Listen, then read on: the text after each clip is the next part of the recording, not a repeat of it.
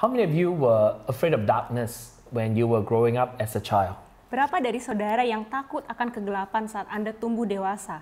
If you are afraid of darkness, type me. Kalau kalian takut akan kegelapan, ketik di kolom komentar saya. Ya, ketik di komentar ya. Ya, Saya. Were you afraid of darkness when you were growing up? Yes, sangat takut bahkan sampai sekarang. Jadi kalau tidur nyalain lampu. Nyalain lampu ya? Nyalain lampu. Like the big one or the small one? Small one. Lampu tidur. Lampu tidur. It's interesting that Olivia was also afraid of darkness.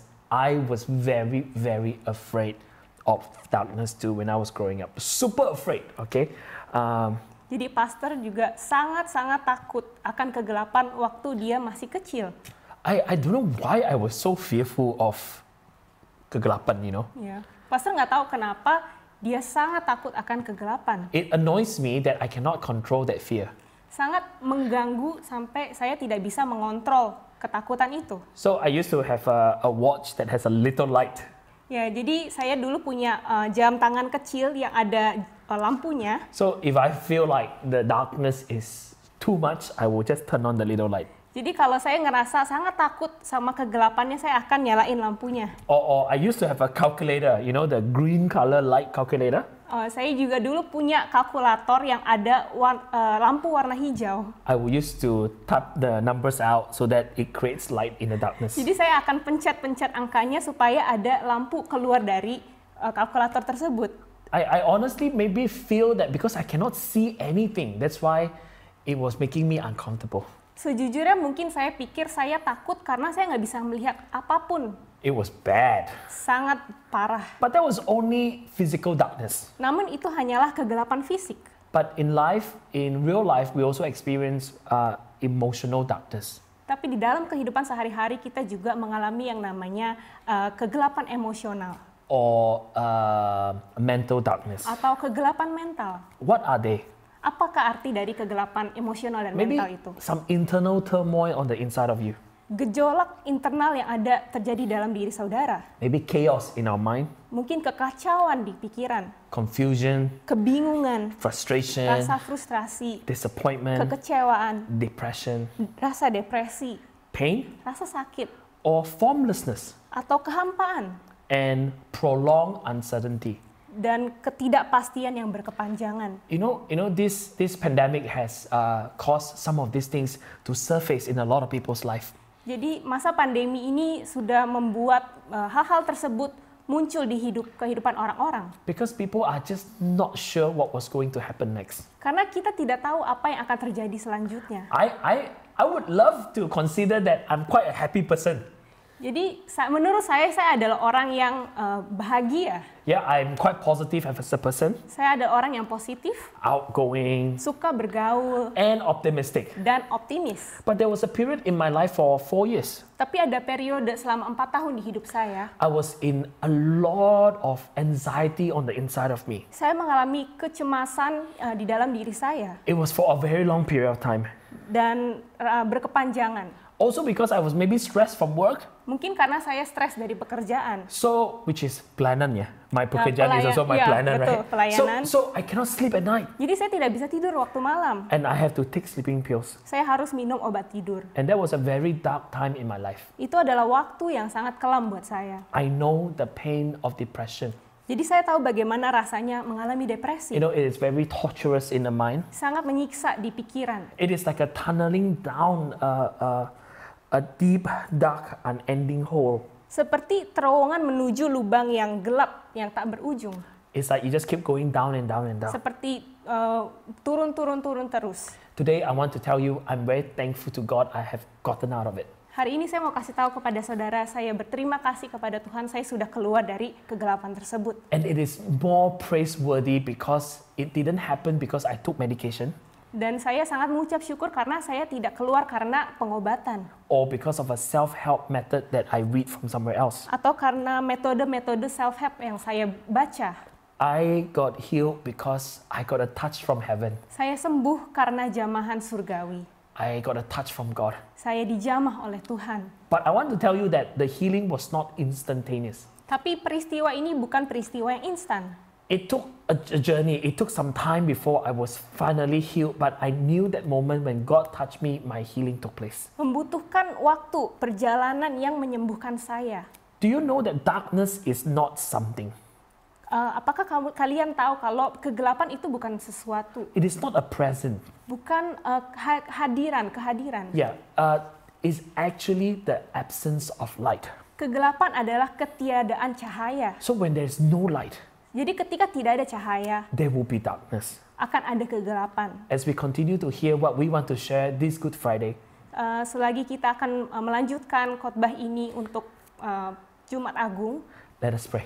mari kita berdoa. Father God, we thank you for the many people that have tuned in to listen to this message today. Bapak, kami mengucap syukur Tuhan untuk banyak orang yang sudah menonton ibadah servis hari ini. Father God, we pray that through our voices, the word will speak and touch their Bapakku lives. berdoa melalui suara kami, biar Engkau menjamah setiap orang yang menonton. Let your word speak into their lives Biar firman-Mu berbicara kepada hidup mereka. so that all of us can come out of darkness into your wondrous light. Sehingga semua kami Tuhan bisa keluar dari kegelapan dan menuju terang-Mu. So God, I pray you speak to all our friends right now. Jadi Tuhan, kami berdoa biar Kau yang berbicara kepada setiap orang yang menonton. In Jesus' name we pray. Di dalam nama Yesus kami berdoa.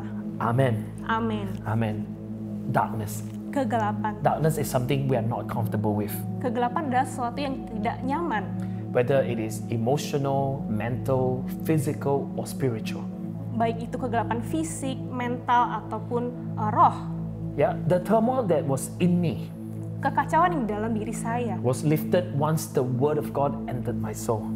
diangkat ketika keterangan dari Tuhan memasuki jiwa saya. Because in Psalms 119, Karena di Mazmur 119 verse 130, ayat 130 it says the entrance of the word of God.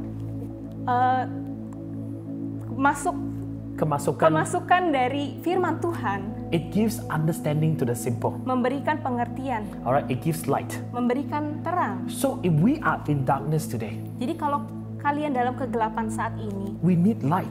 kita membutuhkan cahaya. You know, if it's our room is dark, we can turn on the light. Kalau ruangan yang gelap, kita bisa nyalain lampu. If Olivia cannot sleep, she can turn on the lampu tidur, right? Ya kalau saya nggak bisa tidur, saya bisa nyalain lampu tidur. But if it is our soul that is in darkness, Tapi kalau jiwa kita yang mengalami kegelapan, where does that light come from?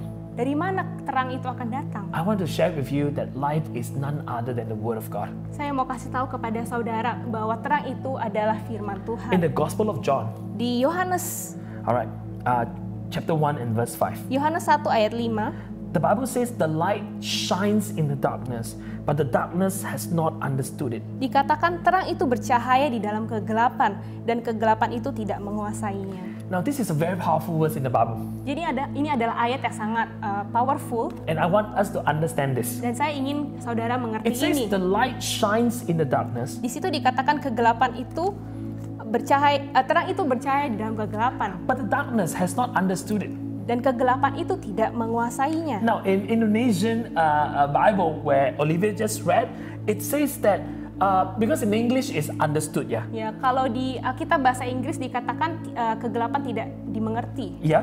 But in Indonesia, the translation is clearer and better. Tapi di kita bahasa Indonesia terjemahannya tuh lebih jelas. It means that when light comes, Jadi dikatakan ketika terang datang, darkness cannot overcome the light, but it is a light that overcome the darkness. kegelapan itu tidak menguasai, tetapi sebaliknya terang yang akan menguasai kegelapan. What does that mean? Apa artinya? That means light will always be more powerful than darkness. Artinya terang akan selalu lebih berkuasa daripada You kegelapan. know, sometimes when we think about darkness and light, Kadang ketika kita berpikir tentang kegelapan dan terang, we feel like they are equal. kadang kita berpikir mereka tuh sama, That is 50%, 50%. 50%, 50%. No, it's not like that. Tapi tidak seperti itu. That the light of God is way more powerful than darkness. Terang Tuhan selalu lebih berkuasa daripada kegelapan. So there are all kinds of darkness in our lives. Jadi ada banyak hal kegelapan di hidup kita. But I think on this side of life, Tapi di kehidupan ini, alright, death has got to be the most feared darkness. kematian itu adalah hal kegelapan yang paling ditakuti. It is the is the ultimate enemy in life. Kematian adalah musuh utama di hidup. How bad is death? Seberapa buruk sih kematian itu? We don't even want to talk about it. Kita bahkan nggak mau ngomong tentang kematian. Yeah, we don't want to have any conversation about death. Kita nggak mau ngomong tentang kematian. So insurance is a difficult subject. So, jadi asuransi adalah topik yang susah. Will is a difficult subject. Warisan yeah. adalah topik yang susah juga untuk Because if we talk about these things, then we have to talk about death. Jadi ketika kita berbicara tentang asuransi dan warisan, kita otomatis berbicara tentang kematian. And we even believe that even just by talking about death, it's a bad luck. Kita bahkan percaya kalau ngomongin tentang kematian itu artinya gak hoki. Yeah. So the best we can do is don't think about it and don't talk about it. Jadi yang kita lakukan tuh biasanya tidak berbicara tentang itu dan jangan berpikir tentang kematian. But the problem is this. Tetapi masalahnya, the more we don't want to talk about it, semakin sering kita menghindar dari kata kematian itu, the lesser we have understanding and clarity about it. Semakin kita tidak bisa mengerti apa arti dari kematian. It will create greater confusion. Dan kita akan semakin bingung. And so if we think that death is the end of everything, jadi kalau kita berpikir bahwa kematian adalah akhir dari segalanya, it is the most bad luck of all the bad luck in life. Jadi benar-benar ketidakberuntungan dari semua ketidakberuntungan di hidup. Then I can understand why people do not want to talk about it. Jadi mungkin saya bisa mengerti kenapa sih orang-orang tidak mau berbicara tentang kematian. But those of us who have the Word of God, tetapi kita yang memiliki firman Tuhan, those of us who have Christ Jesus in our lives, kita yang memiliki Tuhan Yesus dalam hidup kita, we realize that death is not the ultimate end. Kita pasti tahu kalau kematian bukanlah akhir dari segalanya. How do we know? Kenapa kita tahu? On the first Good Friday, pada Jumat Agung yang pertama, Jesus had to suffer on the cross. Yesus harus menderita di kayu salib. That he was being whipped and he was being tortured. Dia disiksa. And then he died on the cross. Dan dia mati di kayu salib. Everyone thought that they have gotten rid of Jesus once and for all. Semua orang waktu itu berpikir, oh kita sudah membunuh Yesus. So there will be no more Jesus, no more disturbances. Tidak akan ada lagi Yesus dan tidak akan ada lagi gangguan. Because he's dead. Karena dia sudah mati. Little did they know. Tapi mereka tidak tahu. That Jesus had to die. Kalau Yesus memang harus mati. Because he had to die on the cross to conquer the last enemy of humanity, which is death. Karena dia harus mati untuk mengalahkan kegelapan, mengalahkan musuh terbesar kita yaitu kematian. Amen. Amin. So when the word darkness is in the scripture, jadi di dalam Alkitab kata kegelapan, it has to link with death. Biasanya bersangkutan dengan kematian. It has to link with the crucifixion of Jesus on the cross. Biasanya berkaitan dengan kematian Yesus di kayu salib. It also indicates God's judgment on evil. Itu juga berarti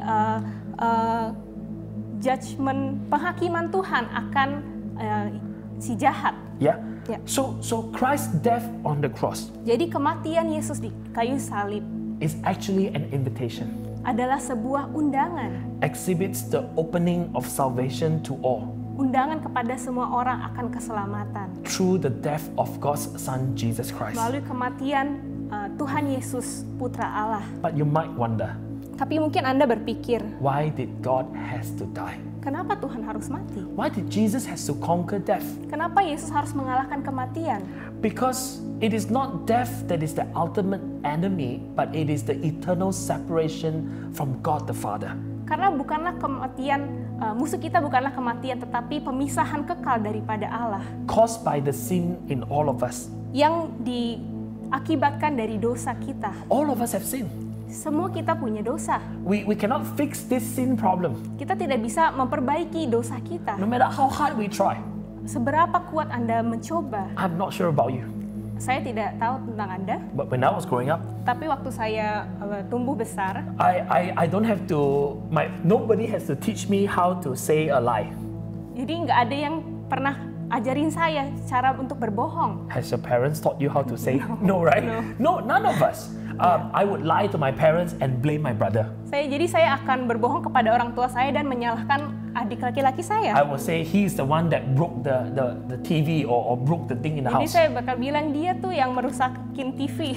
And it was at that point that I realized that I have the capacity to sin. Waktu itu saya menyadari, oh ternyata saya mempunyai kapasitas untuk berdosa. So all throughout our lives, every one of us, we try to be better.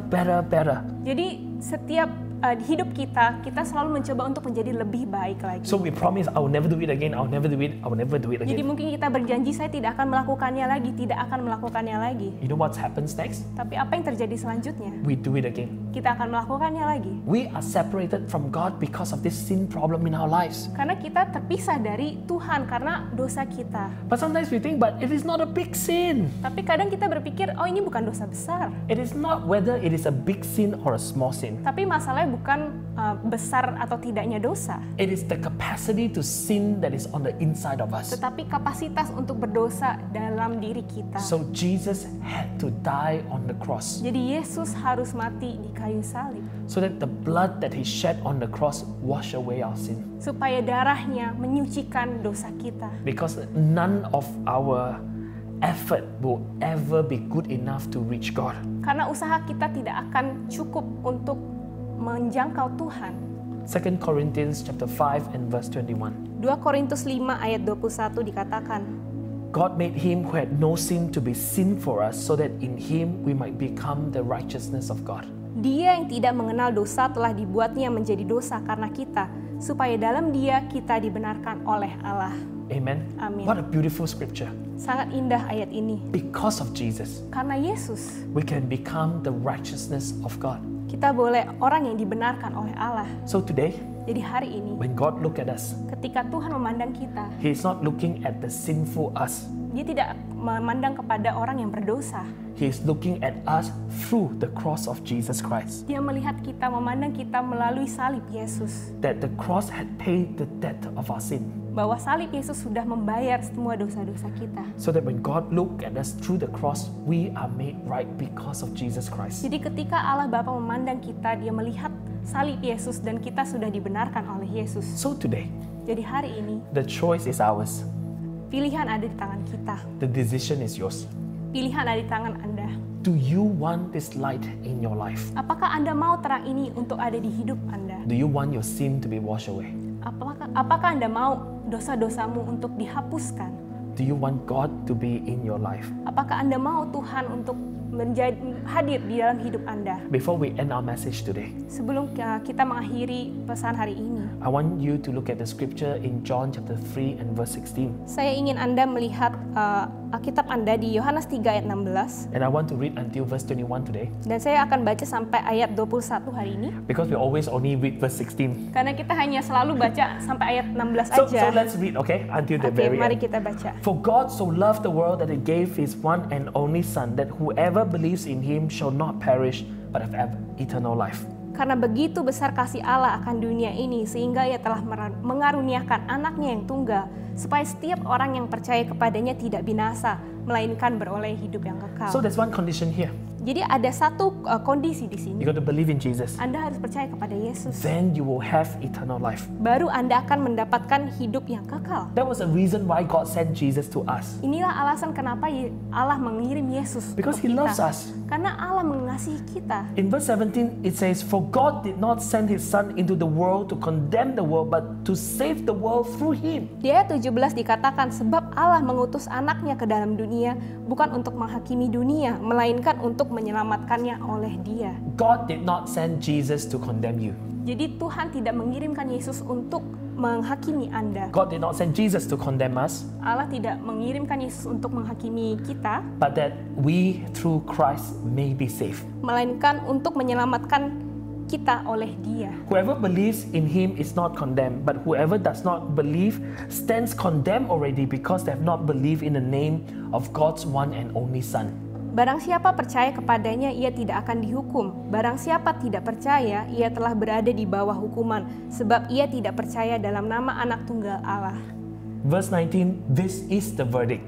Ayat 19, dan inilah hukuman itu. Light has come into the world, Terang telah datang ke dalam dunia. Today the light has come into your world. Hari ini terang itu sudah datang ke dalam But hidupmu. we have a problem. Tapi kita ada But masalah. people love darkness instead of light because their deeds were evil. Tetapi manusia lebih menyukai kegelapan daripada terang sebab perbuatan-perbuatan mereka jahat. It is so much easier to be in darkness. Lebih gampang untuk berada di dalam kegelapan. But the light has already come. Tetapi terang sudah datang. So everyone who does evil hates the light and will not come into the light for fear that their deeds will be exposed. Tetapi barang siapa melakukan yang benar, ia datang kepada terang supaya menjadi nyata bahwa perbuatan-perbuatannya dilakukan dalam Allah. So if I am doing things that are evil, Jadi ketika saya melakukan hal yang jahat, I don't want to be in the light saya tidak ingin berada di dalam terang. because I don't want to be seen. Karena saya tidak ingin berdosa. But verse 21 said this, Di ayat 21 dikatakan, but whoever lives by the truth comes into the light. tetapi barang siapa yang melakukan yang benar, ia datang kepada terang. What is the truth? Apa kebenaran itu? It is the truth of the word of God. Kebenaran firman Tuhan. The truth of that word is Jesus himself. Kebenaran firman Tuhan itu adalah Tuhan Yesus itu sendiri. So that it may be seen plainly that they have done what they have done has been done in the sight of God. Supaya menjadi nyata bahwa perbuatan-perbuatannya dilakukan dalam Allah. Today, I want to end this message. Hari ini saya mau mengakhiri pesan ini. There are two conditions in our lives, Ada dua kondisi di hidup kita. darkness and light. Kegelapan dan terang. Darkness doesn't exist Kegelapan tidak akan ada if we have light in our lives. kalau kita ada terang di dalam kehidupan kita. This light is none other than Jesus Christ himself. Terang ini adalah Tuhan Yesus. And he died on the cross to pay for the debt of our sin, Dan dia mati di kayu salib supaya dia bisa menebus dosa-dosa kita. so that you can have life. Supaya Anda bisa memiliki hidup. Today, I may be a pastor, Mungkin hari ini saya adalah seorang pastor. and Olivia is my amazing translator today. Dan saya adalah seorang translator. Yang luar biasa, because she is so humble. And we are doing this not because we are better than you. Kita melakukan ini bukan karena kita lebih baik dari Anda. We are serving God not because we have no sin. Kita bukan melayani Tuhan karena kita tidak berdosa. We are able to do this because God gave us a second chance in life. Karena kita melakukan ini hanya karena Tuhan memberikan kita kesempatan kedua di hidup ini. And we realize that without God, our life would be meaningless. Dan kita tahu bahwa tanpa Tuhan hidup kita akan jadi sia-sia.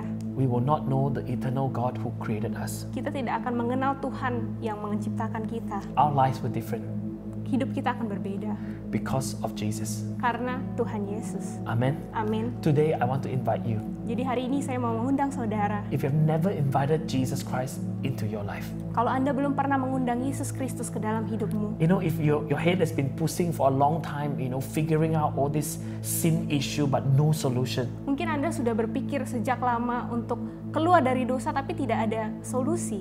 I want you to know the answer is found in Jesus Christ today. Saya ingin Anda tahu kalau jawabannya ada di dalam Yesus Kristus. What do I have to do? Apa yang harus aku lakukan? I have to open my heart Anda harus membuka hatimu and receive Jesus Christ dan menerima Yesus into my life to be my Lord and my Savior. untuk masuk ke dalam hidupmu menjadi Tuhan dan Juru Selamat. That's all you need to do. Itulah yang harus Anda lakukan. But it is a decision that you have to make. Tapi ini adalah keputusan yang harus Anda buat. It is out of your own will. Ini adalah keputusan Anda sendiri. Nobody can force you. Tidak ada yang bisa memaksa Anda. Nobody can decide for you. Tidak ada yang bisa menentukan untuk Anda. But you might be thinking, that's simple. Mungkin Anda berpikir, oh sangat mudah. That's all? Itu aja. Do I have to do something else? Apakah saya harus melakukan yang lain? Do I have to give money or do this or do Apa that? saya harus kasih uang atau harus melakukan ini dan itu?